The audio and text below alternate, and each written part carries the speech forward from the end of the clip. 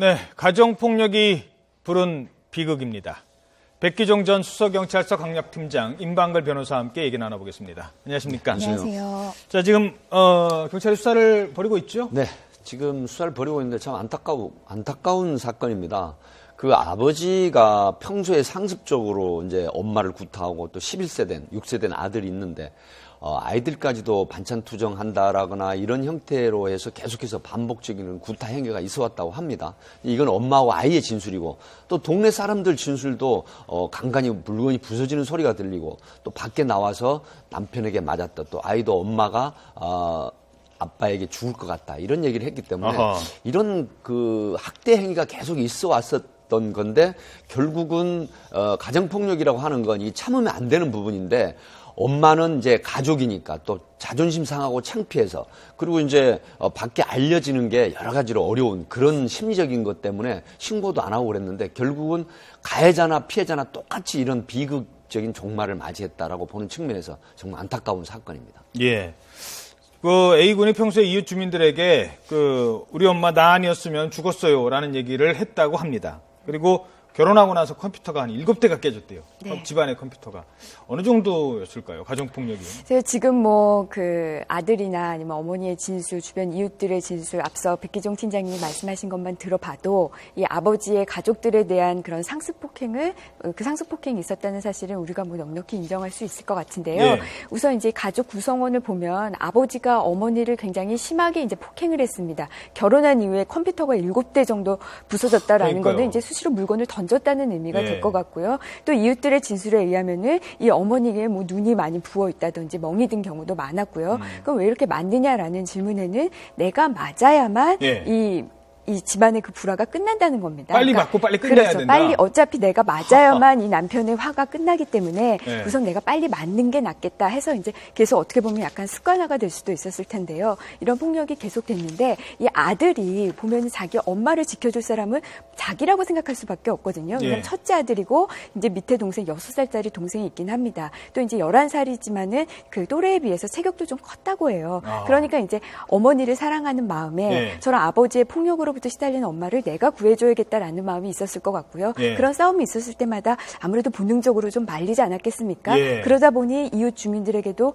내가 아니면 우리 엄마는 진작에 죽었을 것이다. 막 그 정도로 아마 이제 그 평소에 폭력이 심했고 그때마다 이제 큰아들이 이 11세 이 소년이 많이 좀 막아왔다. 뭐 이런 거를 좀 이렇게 우리가 추측할 수 있을 것 같습니다.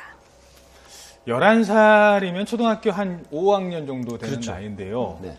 그 아이의 시각에 봤을 때 엄마를 구해줘야겠다 이런 생각이 막 드는 정도라면 정말 폭력이 심했던 것 같아요. 그렇습니다. 그러니까 지금 그 순간 7일날 밤 11시경이었거든요. 6세 된 아이를 데리고 나갔다가 외출해서 돌아오는 엄마를 아빠가 폭력을 행사를 하는데 그 순간에는 이 아이는 아빠로 본 게 아니죠.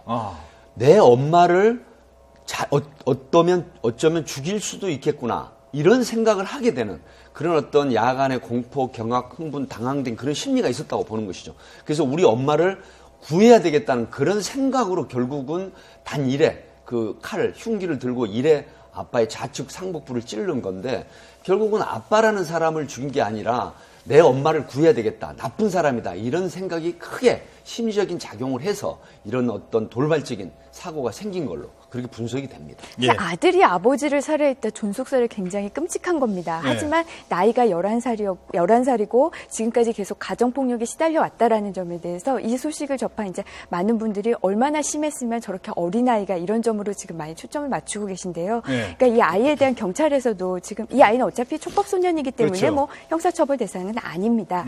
이 아이가 이제 소년법에 의해서 보호처분을 받게 될 텐데 그런 보호처분은 뭐 법원의 어떤 그 결정이 있어야 됩니다. 그 전부터 이 아이에 대한 치료를 해 나가겠다. 사실 폭력을 어린 나이에 이런 큰 충격을 겪으면은 이 아이가 자라면서 어떠한 이 상처, 마음의 상처를 치유할 수 있을지, 제대로 사회에 적응할 수 있을지 그 점이 사실 어찌 보면 처벌보다 더 중요한 거거든요. 예. 그러니까 여기에 대한 어떤 우리 주변에 좀 관심이 좀 더 필요한 상황인 것 같습니다. 예, 그렇습니다. 주변의 관심인데요. 사실 이런 케이스는, 이런 사건 케이스는 뭐 그냥 정말 극단적입니다. 이런 집은 많지 않아요. 근데 왜 뉴스에서 다루냐면 아파트 주변에 보면요. 사실 저도 가끔 아주 1년에 한 번 정도는 아파트에서 갑자기 무슨 소리가 나요. 정말 싸우는 줄 알았어요.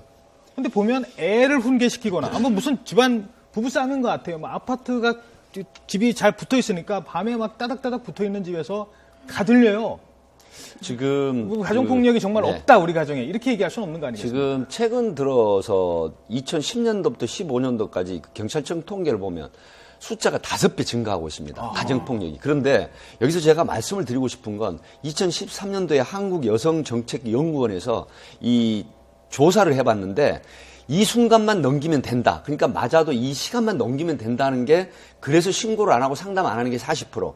그다음에 가족이기 때문에라는 이유가 30%고요.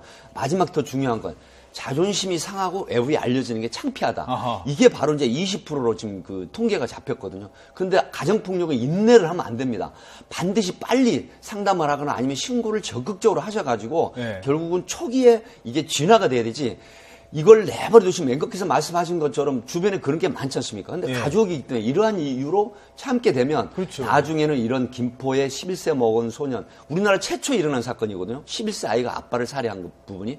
그렇기 때문에 결국 양쪽이 다 가해자나 피해자나 가정폭력은 방치를 하면 더 큰 결과를 초래한다. 이렇게 보는 것입니다. 또 하나가 폭력은 뭐 어느 경우든 뭐 허용되지 않는 거 아니겠습니까? 가정폭력이든 학교폭력이든 그런 인식이 좀 더 확고하게 자리 잡고 이게 주변에서도 관심을 기울여야 돼요. 그렇죠. 옆집에서 그렇게 맞는 소리 이런 게 나면 사실 그 옆집에서는 이런 소리가 나도 내가 신고를 해줘야겠다라는 생각보다는 아니, 저 집안에서 일어난 그렇죠. 일이겠지. 아유, 애를 저렇게 그래. 그렇죠. 자기네들이 심각하면 알아서 신고하겠지 하면서 약간 남의 일로 치부하는 경향이 좀 예. 크거든요. 좀 예. 주변에 대한 관심도 좀 기울일 필요가 있습니다. 위에서 윗집에서 뭐 부서지는 소리가 나거나 아이가 뭐 마저도 그 집 일이겠지. 그 집 일이려니 생각을 그렇죠. 하거든요. 누가 거기 초인종도 들어가서 아이를 왜 이렇게 때립니까 하고 네. 하거나 그거는 이제 안 되는 거고요. 경찰에 신고조차도 잘 안 합니다. 하지만 그렇죠.